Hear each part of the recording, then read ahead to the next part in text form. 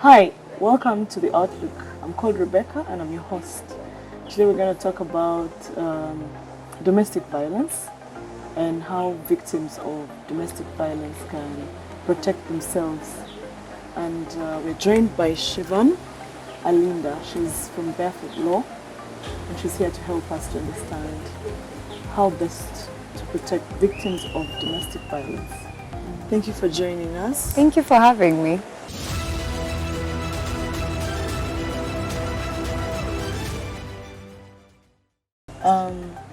What is domestic violence? Okay, so a lot of people have a very interesting understanding of domestic violence. It comes mostly from what society has defined it as.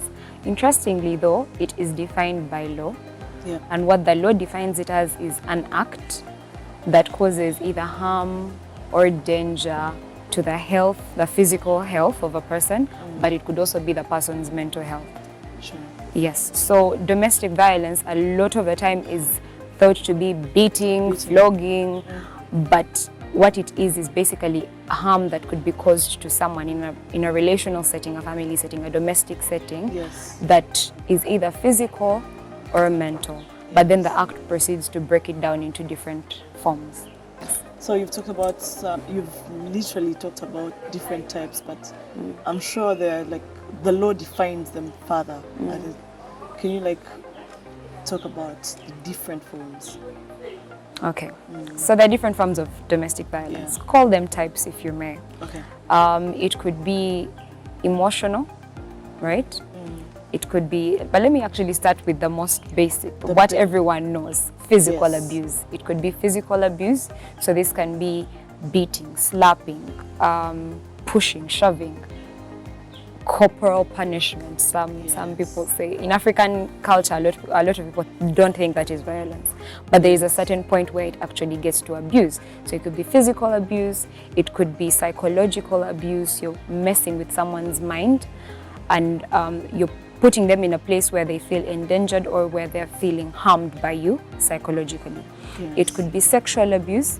Lately we've had the conversation on sexual gender-based violence. True. So it could be rape, it could be unwanted sexual attention, it could be defilement, any kind of sexual abuse.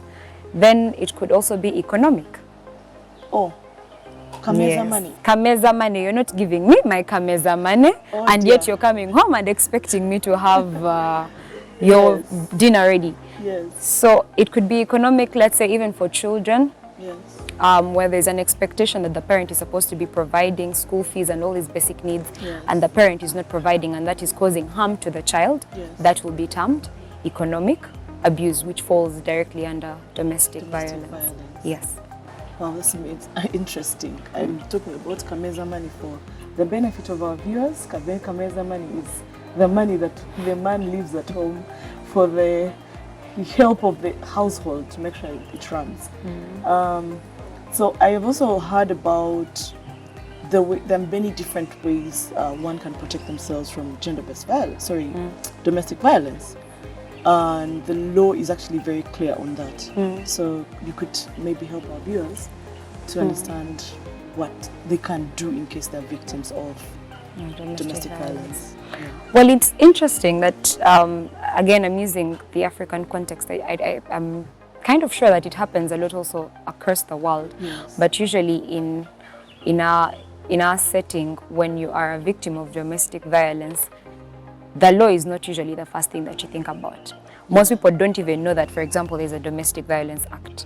Sure. They think that when you're a victim of domestic violence, the most you can do is report to a family elder or talk to a singer, talk to your parents if you're a child. Yes. However, there are actually legal protections that have been put in place to help victims of domestic violence. And so the Act, first of all, provides for the local council courts. Yes. A lot of these are not used, and yet the law looks at them as a very direct avenue, because this is someone that you can just find in the neighborhood. Yes. You know, most people know where the LC is. Yes. So you will just walk from your home, go to the LC, tell them this and this is happening.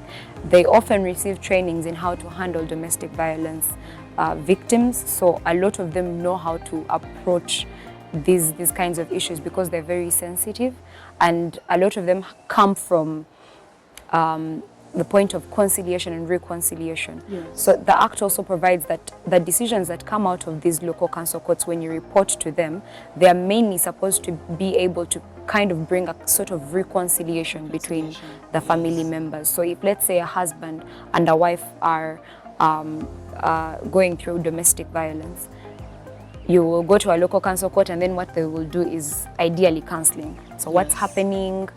Explain to us, please stop, it is not right. What is the root cause? So they'll try to bring you two together, kind of carry out a mediation, and that's the local council level. However, most people find that that is not helpful to them, especially if the domestic violence continues. So what happens after that? Then you go to the police. Yes. After you've gone to the police, so in the process of going to the police, usually the first desk that you're going to reach is the Family and Child Affairs desk. So at that point, they're going to ask you, do you have evidence? Because the police usually acts on, do you have proof? You can't just come and report someone. So usually you'll have, let's say, a medical report of they broke my arm, they did this, they beat me. You go to the police and tell them this is what is happening. And the police is going to also go, usually police sends you back to local council.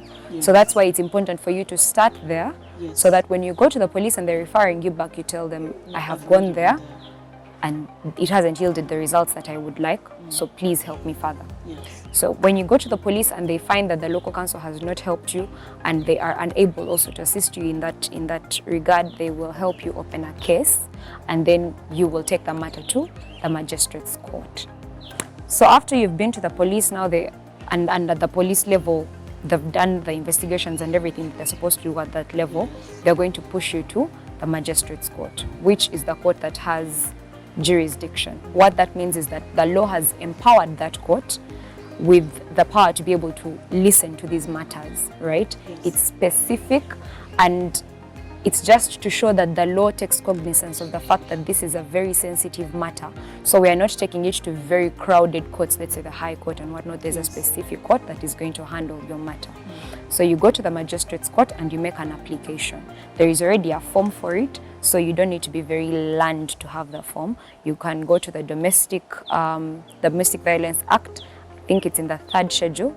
It's Form 1. That form, you just fill it in. You write who the respondent is, who the other party is, who you are, and then you fill in all the details. Then you take that form as the application to the court. So the court will listen, and because these are very urgent matters, the law specifically states that these applications need to be responded to within 48 hours. It's just 2 days.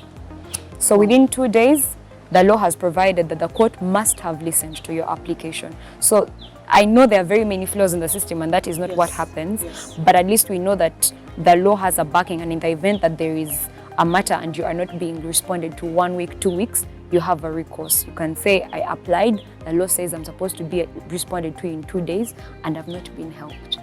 Yeah, so you will apply to the court, it will listen to your matter, it will send summons to the other person who is the perpetrator of the domestic violence, and then you will be called and court will listen to the matter. But of course, to that application, you're supposed to attach documentation proving your case. And this sometimes, of course, yes, is sad because a lot of the times people don't have this documentation. You will not take a wound to court and be like, prove, there's no stamp on it that this is the person who punched me. But for where you can gather the evidence, please do. If you can gather pictures, if you can gather medical reports, if you can gather witnesses that have seen this person being violent towards you, gather those reports, keep them, because they're very important in supporting your application. And then the court will hear the matter. Even if it's like text messages? Yes, because we already mentioned that emotional abuse is also one of the forms of domestic violence. So someone could be sending you very hurtful messages or threats, things like that. Someone is threatening, I'm going to kill you. That does something to your psychology. That's true. So if you have those things saved, you have screenshots, you have WhatsApp messages, you have calls, SMS, whatever it is, it will really support your case in court. That's very nice. Shivan, what happens at the court? How does the court help? Okay, so remember I said that you make an application to the court. Yes. Now what that application is an application for a protection order. Okay. So what that means is that you're basically asking the court to protect you. You're asking the court to help you, right? So in this application, basically the effect of the application is that if the court decides that indeed you are a victim of domestic violence and this person that is the respondent is the perpetrator of this domestic violence, they're going to issue you a protection order.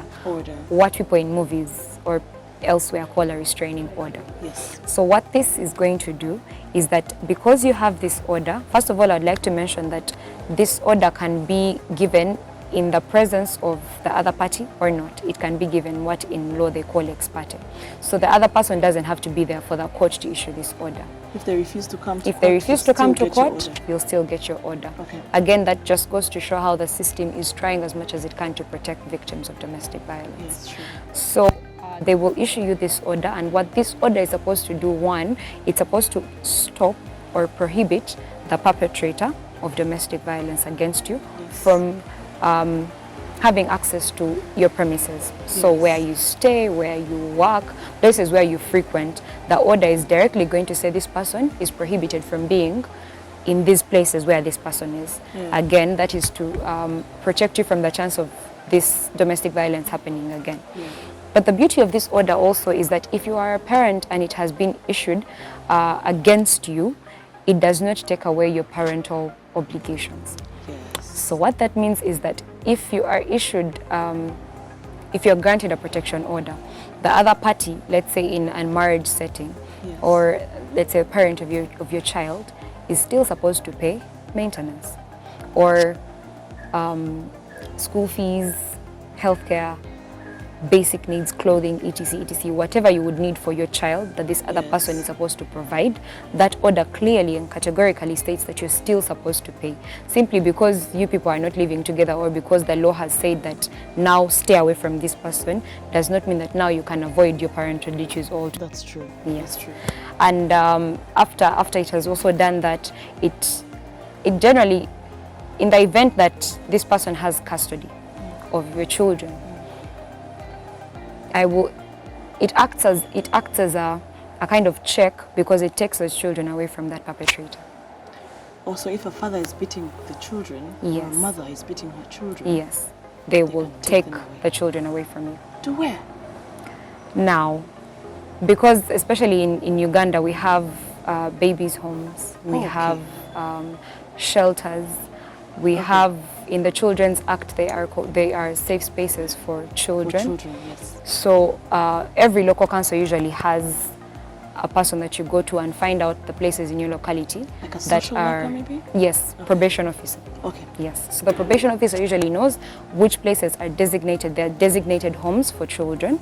They are enlisted. They are legal. There are some that are just people who are doing it out of the kindness of their heart, but there are some that are designated legal homes that are listed where children who need this kind of protection can go to. So when they take them away from their parents, probably parents that have been abusive, they have where to go, and they're not just going to be with relatives or but that's also an option, because a lot of the time in a kind of society and setting, when these things come up, friends, family, they're going to come up. They'll say, no, I will take on the children.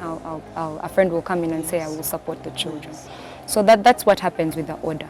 That's a protection order for an adult, right? Yes. However, on the other hand, there are times when children are suffering domestic violence. Yes.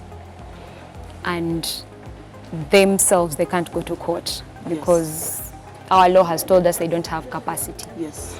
Now what happens is that now we switch from the Domestic Violence Act, we go to the Children's Act. Okay.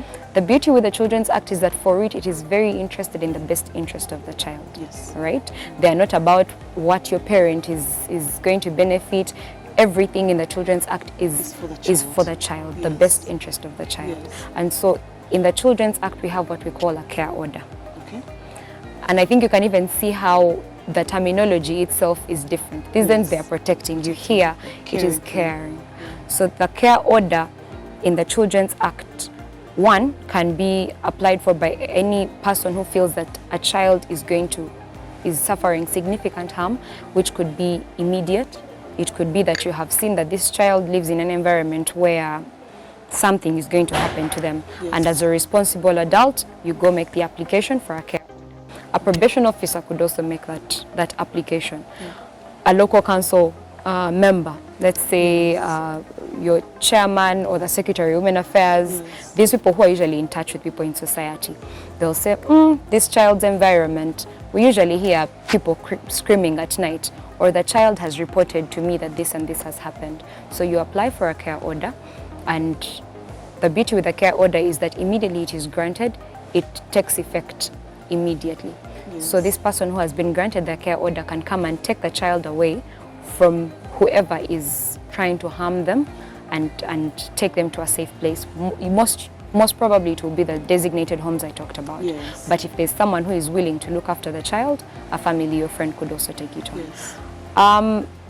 The difference between the two is that for the care order in the Children's Act, the time span for the care order is 3 years. Okay.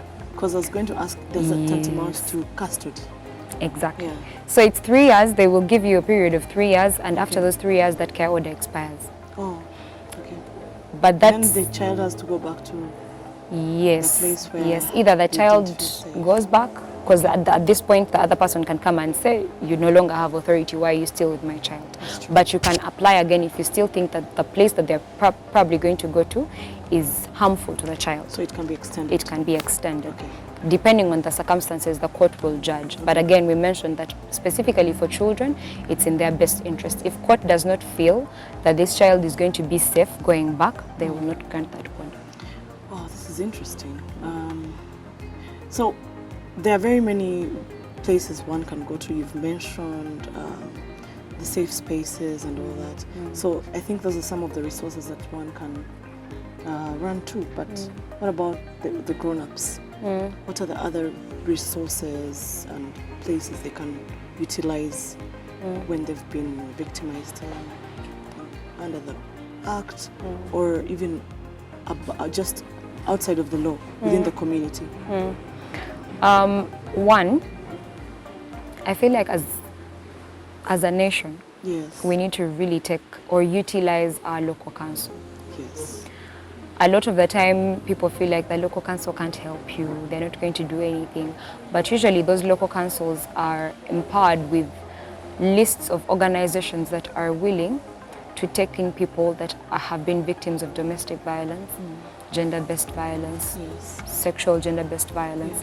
And so usually the first place you start, if you haven't gotten information from friends or family, is to go to a local council and ask, I am a victim of domestic violence and I would like to know if there are organizations that will be able to take me in. Yes. A lot of the time, non-profit organizations or not-for-profit organizations are in touch with these local councils. They have community understandings with these local council people. So they will refer you to them and you will be helped by them. For other organizations, I will take Barefoot Law, for example. We have a referral network.